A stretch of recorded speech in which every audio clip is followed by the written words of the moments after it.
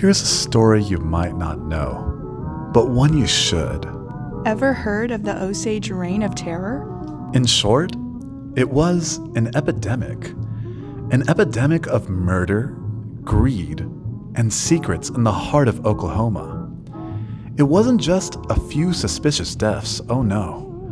Between 1918 and 1931, at least 60 Osage tribal members were murdered. But some historians say it could be hundreds. And get this, most of these murders happened during the early 20s, right as the Osage became some of the wealthiest people in the world. But let's rewind for a second. The Osage people, forced off their land again and again, had bought a patch of barren, rocky land in modern-day Osage County, Oklahoma. It was tough, unforgiving land. But little did they know, a secret lay beneath it. In the 1890s, they found hidden treasure. Oil, he means. Extremely valuable oil. So much oil, so much money, that by the 1920s, the Osage were the wealthiest people per capita on the planet. Oil companies scrambled for leases. Some paid over $1 million just for the right to drill. And as the payments trickled in, Osage families amassed large sums of wealth. But that didn't sit well with everyone. Imagine it, white settlers seeing the Osage living in luxury, the very people they deemed racially inferior, becoming wealthier and positioned higher in socioeconomic status than they could only dream of. To say that they were jealous would be an understatement. And the government got involved too. Laws were put in place requiring Osage to pass competency tests to prove they could manage their finances. But these tests, rigged from the start, almost no one passed, especially those that were full-blooded Osage. Those who failed were forced to take on guardians. And I wonder who those guardians were. The guardians were made up of white settlers in the community with every incentive to cheat their wards, siphoning off their wealth bit by bit. Some guardians weren't content with just a few dollars, though. They wanted more. They wanted head rights. Now, head rights were a big deal. They were like the shares of the Osage oil profits. Here's the catch, though. Head rights couldn't be bought or sold. They could only be inherited. So you can guess what happened next. It was subtle at first. A death here, a death there. Just enough for people to think, that's strange, but not enough to raise an alarm. The Osage started losing family members, friends, neighbors, and in a close-knit community, the absence of even one person leaves a mark. It turns out the Osage were being murdered, and when an Osage with a guardian was murdered, the guardian got to keep the head rights to the oil shares. And it wasn't always obvious murder. Some were brutal. Bullet wounds, poisoning, but others were more insidious. People would die in a bombing, car accidents. Some were found dead in their beds with no clear reason at all. Mysterious illnesses that seemed to strike out of nowhere. But every time, the Osage lost someone. And each death seemed convenient for someone else. I mean, think about it. A family member with head rights mysteriously falls ill, no obvious cause, and they just fade away. The family grieves, but who's there to investigate? Who's there to question the timing, the circumstances? The local doctors? The sheriffs? They were too willing to call it a tragic accident or a natural cause because they were also a part of the conspiracy to keep the murders under wraps. Local law enforcement turned a blind eye, or worse, ensured nothing would ever be scrutinized. A death wasn't an investigation, it was a formality. Just a few words on a death certificate, signed off by a doctor who knew exactly which side he was on. They made sure no one looked too hard or too close. The doctors? Well, they were trusted figures, and that made it easy for them to write whatever cause suited the conspirators. Poison? It could be labeled as heart failure. A head injury? Maybe they fell? Reports were crafted to keep the truth hidden and to keep the money flowing toward the ones who stood to benefit. It's chilling, really. Men with power, doctors, police, judges, all in on it. Imagine the helplessness. The Osage were seemingly trapped in a nightmare. They were surrounded by people who had everything to gain from their deaths, and the power to make those deaths look ordinary, routine. And if anyone did ask too many questions, if someone suspected foul play, well, they'd find themselves on the wrong side of the law. Or worse, speaking out in Osage County in those days, that was practically a death sentence. So the deaths continued. Families dwindled, fortunes transferred hands, and all under a thick fog of deception. What looked like random tragic losses were actually part of a well-oiled machine, one designed to drain the Osage of every drop of their wealth, one dead family member at a time. And with each death, the conspirators grew bolder, colder, and richer. It was a business to them, a calculated, cruel business. And that's how the Reign of Terror was built, not just on murder, but on the silence of those who were supposed to protect, heal, and serve. By the time the Osage Nation realized their friends weren't friends at all, they didn't know who they could trust. Almost no one in Oklahoma was on their side, so they reached out to the Bureau of Investigation, the agency that would become the FBI. The Osage pleaded for help. The investigation pulled back the curtain on a dark conspiracy, one that reached into the highest circles of the county. At the center of it, a prominent landowner with connections to an Osage family that kept losing members. One after another, they'd end up dead. And it wasn't just one family. This was happening across the tribe. But there was more to it than just greed. This was about who the Osage were and what people thought they deserved. This wasn't just a robbery. It was racism, pure and ugly, woven into every step of the scheme. Exactly. The Osage were wealthy, richer than any of the white settlers around them, and that created a kind of resentment. The idea that Native Americans, people they considered lesser, could live in luxury without lifting a finger, that drove people mad with envy. It was as though wealth wasn't enough.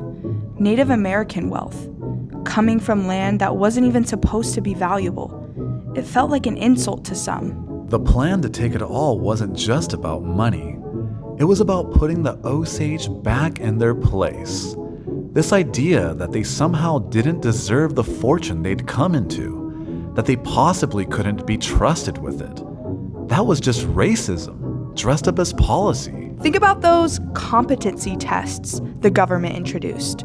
They weren't designed to protect anyone. They were a way to take control, to make sure the Osage couldn't actually enjoy their wealth. A member would be told they weren't competent enough to handle their own money. And who became their guardian? A white man or woman who got to call all the shots. And the whole thing was engineered to fail the Osage, to prove that they weren't smart enough, weren't capable enough, weren't worthy enough. The racism wasn't just casual or hidden, it was institutional. The government, the legal system, the banks, all worked together to make sure these guardians had every right to control, to embezzle, to exploit. And these men, landowners, oilmen, officials, cashed in on the Osage's money. Many continued to hide the hatred behind their actions. It was that hatred, that deep-seated racism, that made it so easy to dismiss the Osage as targets, as lives to be cut short for someone else's gain. People talked openly about cleaning up the area, about restoring order. A reporter from Harper's Monthly magazine even reported, quote, "The Osage Indians are becoming so rich that something will have to be done about it." Really? Something had to be done about it? Can you believe that? This story, this reign of terror, it wasn't just about crime. It was about stripping the Osage of everything. Money, status, family, dignity. Because there were those who couldn't stand to see Native Americans rise. And so, as the Osage families were wiped out, one by one, the conspirators slept soundly, believing they were entitled to every cent, every acre, every drop of Osage blood. And that's the cruel truth behind it all. The wealth was just an excuse. Beneath it, there was always something darker, a belief that no amount of success, no amount of worth would ever be enough to make the Osage equal in their eyes. Now that you're all caught up, let's dive a little deeper, shall we? Allow us to illustrate how racism was deeply embedded in the interaction between white settlers and the Osage Nation, from government policies and legal systems to individual attitudes and behaviors. Let us always remember the reign of terror, for the Osage murders are a stark reminder of the devastating consequences of racism and greed. So the Osage bought their land from the Cherokee tribe, almost 1.5 million acres in what's now Oklahoma. At the time, everyone thought they'd made a terrible mistake. The land was rocky, sterile, completely considered worthless for farming. Then, in 1871, the U.S. government actually withheld the Osage's own money from land sales, refusing to pay unless able-bodied Osage men started farming using European techniques. Think about that for a moment. The government gave them only the most basic rations, demanded they farm in completely foreign ways, and provided no training. The result? The Osage began to starve.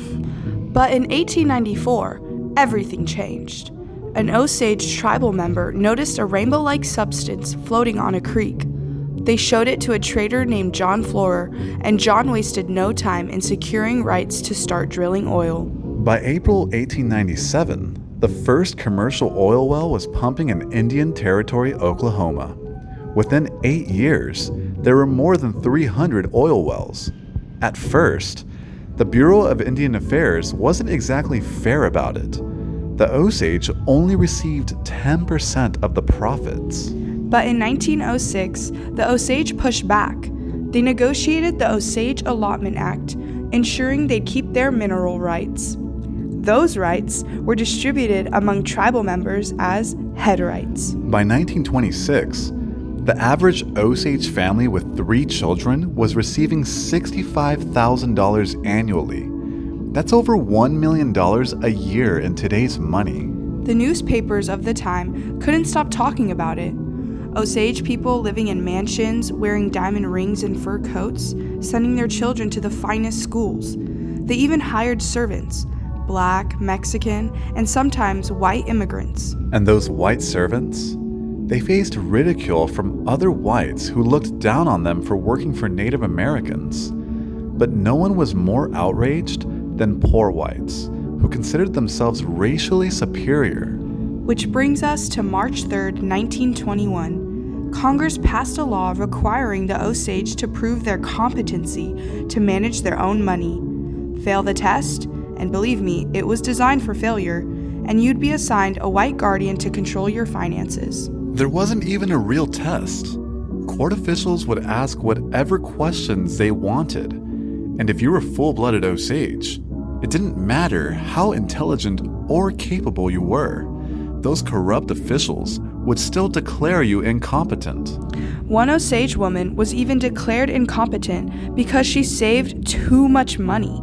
Can you believe that? They said her responsible behavior proved she didn't understand the value of money. Congress actually gathered to examine Osage spending habits. Imagine that. How dare the Osage spend their own money the way they wanted? Though I should mention, not everyone went along with this. Some congressmen actually fought against the guardianship system. There was even this one judge, a guardian himself, who testified at a hearing that the Osage were spending their money exactly the same way wealthy white people did. But you know what?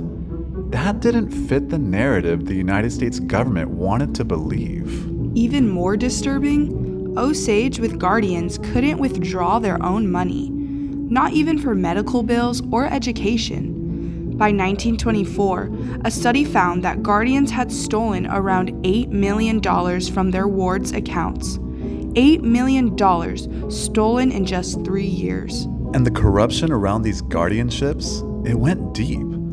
Court officials were taking bribes left and right to hand out guardian appointments. If you had enough money to pay off the right people, you could become a guardian and control an Osage family's wealth. After this guardianship law passed, marriage became the main scheme. Suddenly, there was a surge of white people wanting to marry into Osage families. And then, a disturbing pattern emerged. Osage people under guardianship started dying at an alarming rate. There was so much corruption with law enforcement too. Obvious poisonings. They'd write them off as drinking bad liquor. Clear murders were labeled suicides, even when the bullet's angle made it physically impossible for one to commit suicide. Most times, they didn't even bother with autopsies. The official FBI count says 24 Osage were murdered, but many modern historians believe we're actually looking at hundreds of deaths. Hundreds. By 1923, the murders were so frequent that the Osage Nation sent representatives to Washington, D.C., appealing directly to President Calvin Coolidge and the Bureau of Investigation. This would become the FBI's first major homicide case, and their primary focus was on the Burkhart family. Now, let me tell you a bit about Molly Burkhart. From 1918 to 1923, she watched her family members die one by one. Each death left her with more headrights, all while her white husband, Ernest Burkhart, controlled her money. But there was someone else pulling the strings. That would be Ernest's uncle, William King Hale, a rich landowner who called himself the best friend of the Osage. He'd pretend to help the Osage, but was actually the mastermind pulling the strings behind some of the most gruesome murders. David Gran, who wrote Killers of the Flower Moon, a nonfiction account of the Reign of Terror, described Hale as truly evil. Anyone who tried to investigate these deaths met the same fate. An Osage rancher was drugged and found dead at the bottom of the stairs. Another investigator was gunned down in Oklahoma City while on his way to brief state officials. And these are just two examples out of many deaths that occurred for those that attempted to help the Osage. The message was clear: stay silent or die. And for Molly Burkhart, after losing her siblings and her mother, she knew she might be next. She stayed inside, stopped attending church, stopped seeing visitors, all while growing sicker and sicker. It's suspected she was being slowly poisoned by her own husband, Ernest Burkhart. Finally, the FBI built their case. After an extensive investigation, they cornered William Hale and Ernest Burkhart, and by 1929, both men were sentenced to life in prison. Ernest confessed and pled guilty, but Hale? He maintained his innocence until the end. But here's where justice falls short. Despite strong protests from the Osage Nation, both men were eventually paroled. And get this, in 1965, Oklahoma Governor Henry Belmont actually gave Ernest Burkhart a full pardon. But at least some action was taken to prevent another reign of terror. After 1925, federal law made it illegal for non-Osages to inherit head rights from tribal members who were more than half Osage. But by then, so many lives had already been lost. From the forced adoption of European farming techniques to the guardianship laws, From the corrupted courts to the eventual pardons, every step of this tragedy was built on the terrible assumption that Native Americans were somehow less than, that they didn't deserve to live the way they wanted to. When we allow racism to influence our institutions, our courts, our government, our media, we're not just enabling prejudice, we're potentially enabling violence. The Osage weren't just robbed of their wealth, they were robbed of their family members, their security, and their trust in the system meant to protect them. The tragedy of the Osage reminds us that racism isn't just about personal prejudice, it's about power. It's about who gets justice and who doesn't, who gets believed and who doesn't, who gets protected and who doesn't. But perhaps the most important lesson from the Osage Reign of Terror is this. When a society decides that some lives are worth less than others, when we allow ourselves to justify cruelty because of someone's race or background, we don't just damage our victims, we poison our own humanity. And that's the real tragedy of racism. It blinds us to the truth that every human life has equal worth, equal dignity, and equal right to justice. This dark chapter in American history is now closed, but it should always be remembered. Let us never forget the Osage Reign of Terror, and let us take this lesson as a reminder to better ourselves and the world we live in.